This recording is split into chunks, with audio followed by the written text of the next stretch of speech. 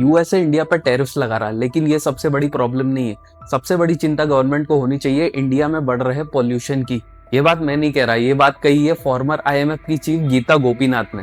Pollution is a challenge in India, and if you look at the impact of pollution on the Indian economy, it is far more consequential than any impact of any tariffs that have been put on India so far. Davos में जब उनसे एक event में पूछा गया कि India third largest economy बनेगा, तब उन्होंने कहा कि भैया ये तो एक ना एक दिन हो ही जाएगा, आप चिंता करो अपने देश में बढ़ रहे पॉल्यूशन की।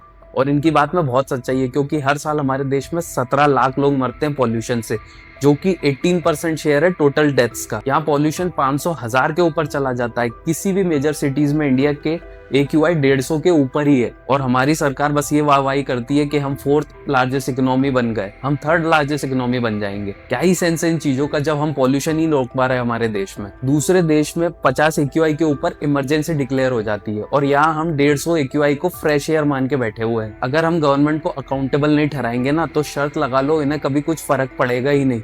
और ये हमेशा ऐसे लोगों को ही सरकार में बिठाते रहेंगे जिन्हें AQI का मतलब तक नहीं पता।